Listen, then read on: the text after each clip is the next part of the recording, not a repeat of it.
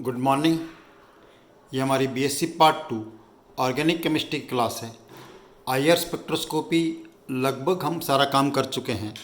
पिछले लेक्चर में जैसा कि मैंने आपको बताया था कि जितने भी इम्पॉर्टेंट ग्रुप्स हैं उनके आईआर एब्जॉर्प्शन बैंड किस रीजन में प्राप्त होते हैं और कैसे हाइड्रोजन बॉन्डिंग या अल्फ़ा बीटा पे अनसैचुरेशन या कोई दूसरे group plus I effect minus I effect कैसे उनको प्रभावित करते हैं, ये सारी चीज़ें हमने देखी। और इसमें हम देख चुके हैं कि अल्कोहल के लिए हमें एग्जांपल लिया कि प्राइमरी सेकेंडरी टर्शियरी अल्कोहल में हम कैसे डिस्टिंक्शन कर सकते हैं। फिर हमने देखा सी डबल बॉन्ड ओ काफ़ी इंपॉर्टेंट होता है, सी डबल बॉन्ड ओ वाले ग्रुप। तो सी डबल बॉन्ड ओ में हमारे पास aldehydes, ketones, acids, ester, acid halide, acid amide, जैसे जैसे ग्रुप चेंज होता जाएगा जो स्ट्रेचिंग वाइब्रेशन है उसकी जो एब्जॉर्प्शन बैंड की वैल्यू चेंज होती जाती है।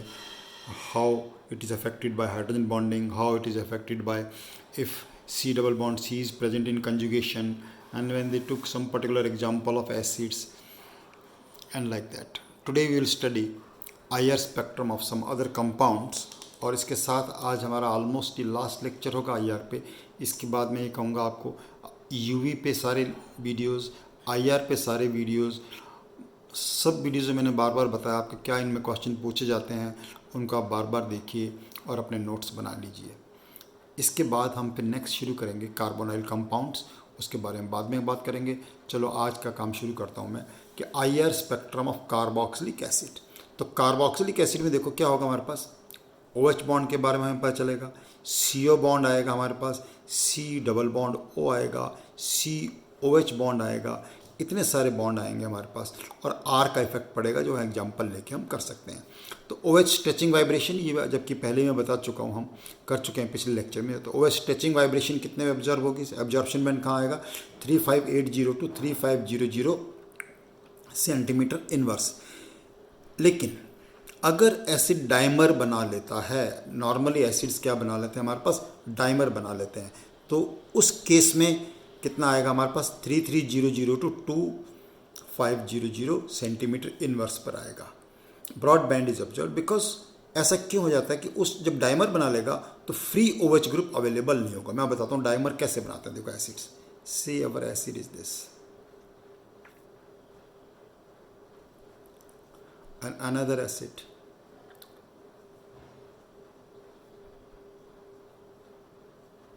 Is this. तो इनके बीच में जो इंटरमॉलिक्यूलर हाइड्रोजन बॉन्डिंग हो जाती है, ये बहुत छोटी क्लासेस में आपने पढ़ते होंगे एसिड्स। तो इस हाइड्रोजन बॉन्डिंग के कारण, इस H बॉन्ड के कारण ये क्या बना लेते हैं, डाइमर बना लेते हैं। तो हाइड्रोजन बॉन्ड का इफेक्ट तो आ ही गया, डाइमर बना लिया इन्होंने। तो डाइमर कब बनाते हैं आपको पता है, इससे एसिटिक एसिड। अब एसिटिक एसिड का normal in water it will not form dimer, but non हम बेंजीन हम ले लें, कार्बन टेट्राक्लोराइड ले रहे हैं, तो उसके अंदर क्या बना लेते हैं, डाइमर बना लेते हैं। और उसमें अगर हम इसका मॉलिक्यूलर वेट देखें तो क्या आता है, उसका डबल आता है जो एसिड का होता है। तो यहाँ पर क्या देखा हमने कि इफ़ एसिड फॉर्म डाइमर तो उसकी जो एब्जॉर्प्शन बैंड है वो shifts towards lower wave number 3300 से 2000 सेंटीमीटर इनवर्स पर हमें प्राप्त होती है।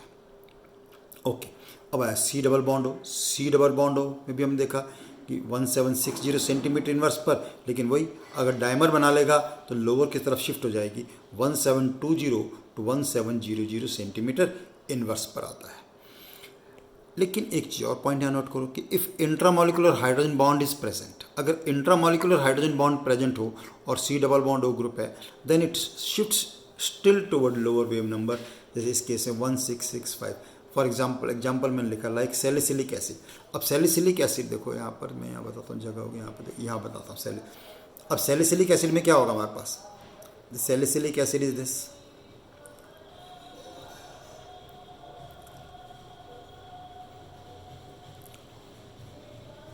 So in this case, intramolecular hydrogen bond is possible. Intramolecular.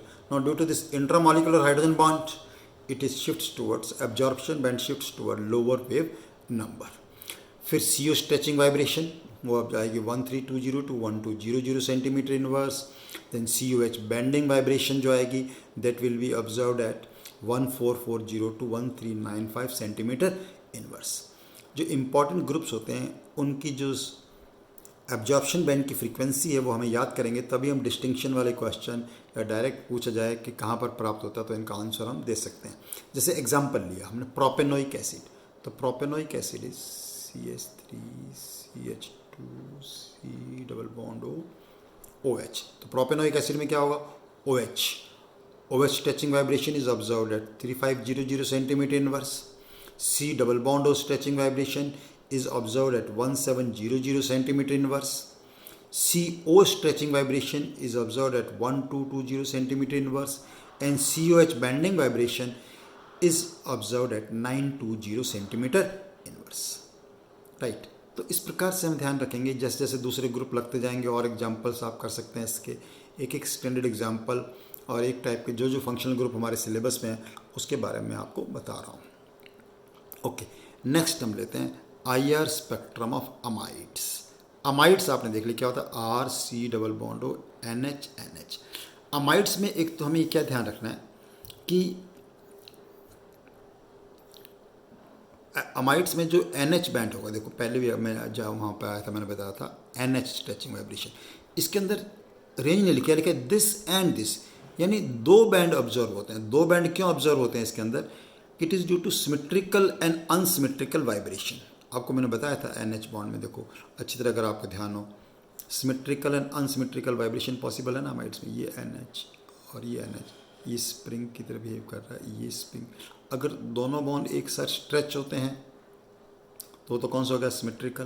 लेकिन ऐसा हो सकता है कि एक बॉन्ड तो क्या हो रहा हो, स्ट्रेच हो रहा हो, और एक बॉन्ड क्या हो रहा हो, कॉन्ट्रैक्ट हो रहा हो, that will be unsymmetrical stretching.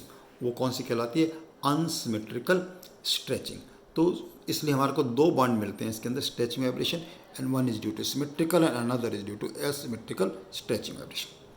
C double bond O stretching vibration amides के केस में 16950 to 1600 सेंटीमीटर पर प्राप्त होता है। अब देखो यहाँ पर in solution state this band shift towards higher wave number, it is because of extent of hydrogen bonding decreases. ये बात हाइड्रोजन बॉन्डिंग का फैक्टर कई बार बताया, पिछले लेक्चर में मैंने बताया था हाइड्रोजन बॉन्डिंग जितना एक्सटेंट जितना ज़्यादा होगा, हाइड्रोजन बॉन्डिंग का एक्सटेंट जितना ज़्यादा होगा उतना ही जो एब्जॉर्प्शन बैंड की wave number it shift towards lower side. अब सोल्यूशन हो गया तो सोल्यूशन में क्या होगा, हाइड्रोजन बॉन्डिंग का एक्सटेंट कम हो गया, तो कम होने से it shifts towards higher wave number. Okay,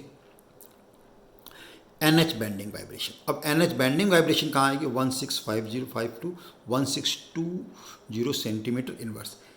इसको हम क्या बोलते हैं, देखो NH bending vibration, NH second band भी बोल देते हैं, और अमाइड टू बैंड एक ही बात है। अमाइड टू बैंड बोलो या NH सेकेंड बैंड बोलो, this is one and the same thing.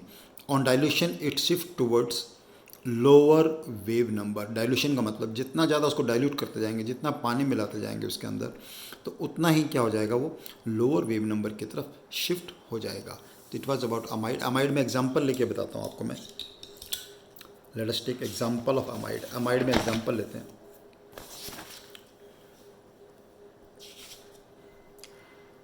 अच्छा, अमाइड में एग्जाम्पल से पहले देखो एक चीज़ और देख लीजिए कि वहाँ पर CN अमाइड ये होता है हमारे पास, RC double bond O NH। तो CN स्ट्रेचिंग वाइब्रेशन उसकी रेंज कितनी होगी, 1400 सेंटीमीटर इनवर्स। NH की जो रॉकिंग वाइब्रेशन है और NH की वैगिंग वाइब्रेशंस, ये भी इसके अंदर हम देख सकते हैं, that is observed eight 750 to 600 centimetre inverse पे रॉकिंग वाइब्रेशन, और NH वैगिंग वाइब्रेशन 80 to 660। ये रॉकिंग और वैगिंग वाइब्रेशंस क्या होते हैं, ये सब मैं आपको बता चुका हूँ पहले जब हमने पढ़ा था कि वाइब्रेशन कितने टाइप्स की होती है।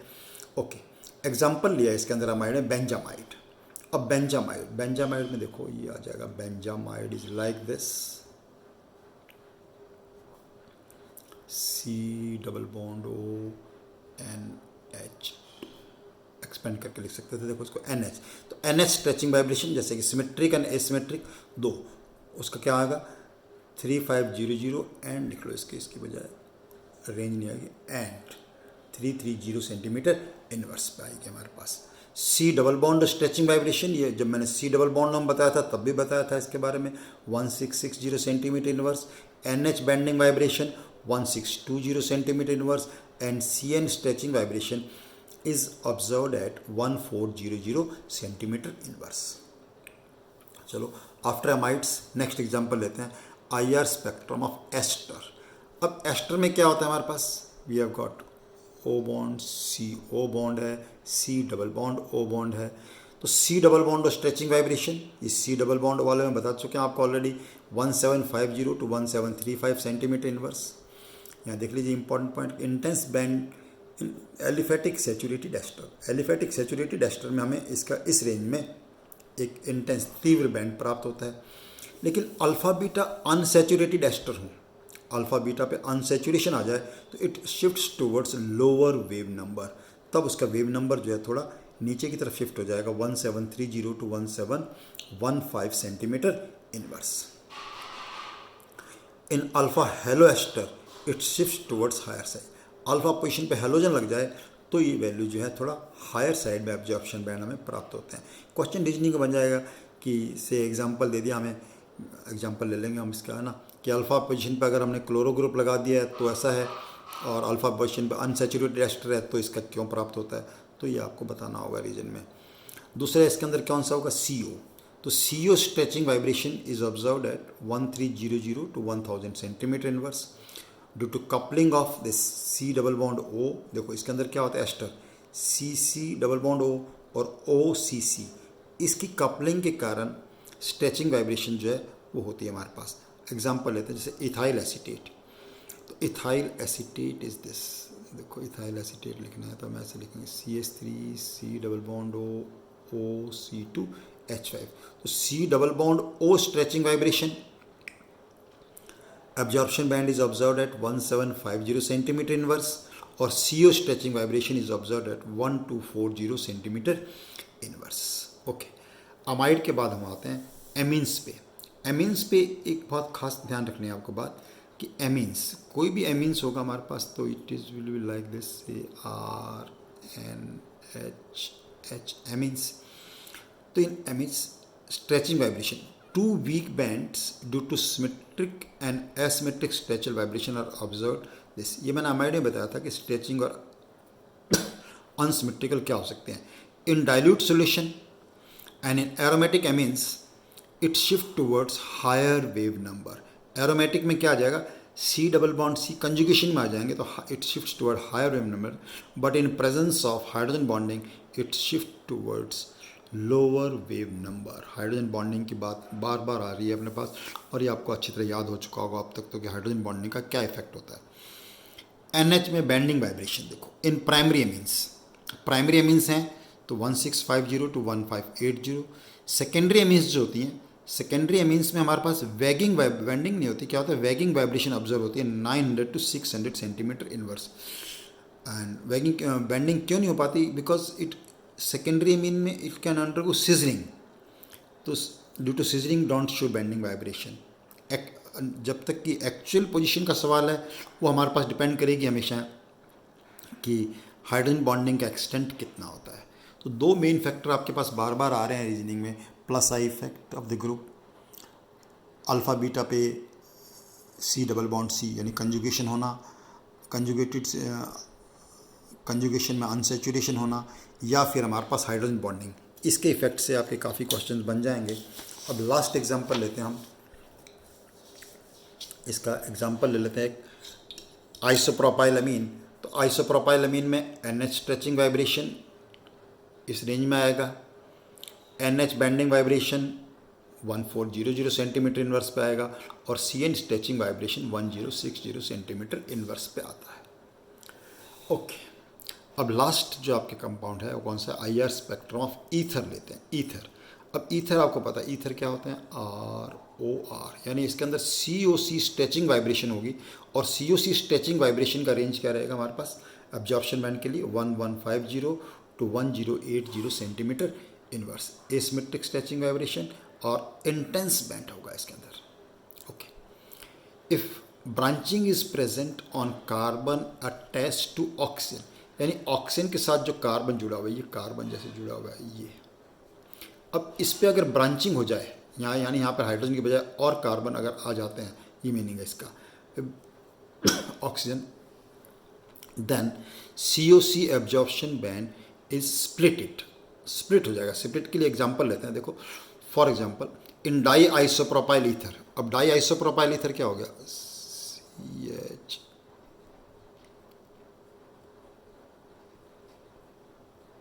ये हो गया डाई आइसोप्रोपाइल। अब देखो ऑक्सीजन जो कार्बन जुड़ा उसके ऊपर क्या आ गया, ब्रांचिंग आ गई।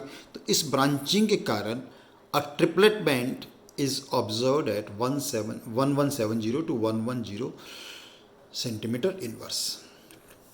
ओके, तो ये हमारे पास थी अलग अलग एग्जांपल्स। तो इसके साथ ही हमारा IR का काम भी ख़त्म होता है।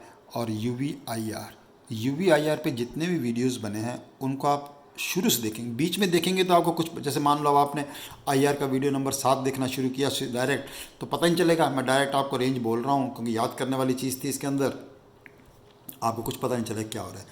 कोई भी चैप्टर का वीडियो देखना है आपको, चाहे अल्कोहल स्टार्ट करते हैं, चाहे फिनॉल स्टार्ट करते हैं, चाहे आप ईथर स्टार्ट करते हैं। अब मैं ये बता दूं कि अब तक हम ऑर्गेनिक केमिस्ट्री में क्या फिनिश कर चुके हैं। देखो, UV स्पेक्ट्रोस्कोपी कंप्लीट। सबसे जो इम्पॉर्टेंट पार्ट था UV स्पेक्ट्रोस्कोपी, जिसमें से आपको मस्ट क्वेश्चन आता है, वो कौन सा था हमारे पास, कि लैम्डा मैक्स की वैल्यू निकालना, लैम्डा मैक्स की वैल्यू कैलकुलेट करना है हमारे को वुडवर्ड फाइजर रूल के अनुसार। तो उसको बहुत सारी एग्जांपल्स मैंने कवर किए हैं उसके अंदर, उनसे बाहर कुछ भी नहीं आएगा आपको। लेकिन उसको देखने से पहले UV शुरू से करें, IR को भी बिल्कुल शुरू से करें। नंबर 1 देखें, नंबर 2 पूरा देखें वीडियो, और ध्यान से बार बार सुने। एक बार देखने से नहीं आता। यही तो इस क्लास का फ़ायदा हो गया हमारे पास वीडियो का। नॉर्मल क्लास में क्या होता था, अगर आपकी चीज़ समझ में नहीं आई, नेक्स्ट डे मैं नेक्स्ट चीज़ कराऊंगा और बच्चा पूछता नहीं है नॉर्मली। लेकिन वीडियो में आप अपनी इच्छा अनुसार बार बार देख सकते हैं, धीरे धीरे सुने उनको और अपने नोट्स बनाएं।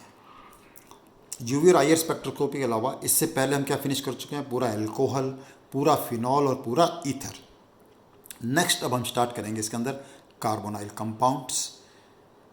कीप डूइंग योर वर्क, अपना काम करते रहें आराम से, धीरे धीरे वीडियो देखें और नोट्स बनाएं regular. Keep doing your work. Thank you very much.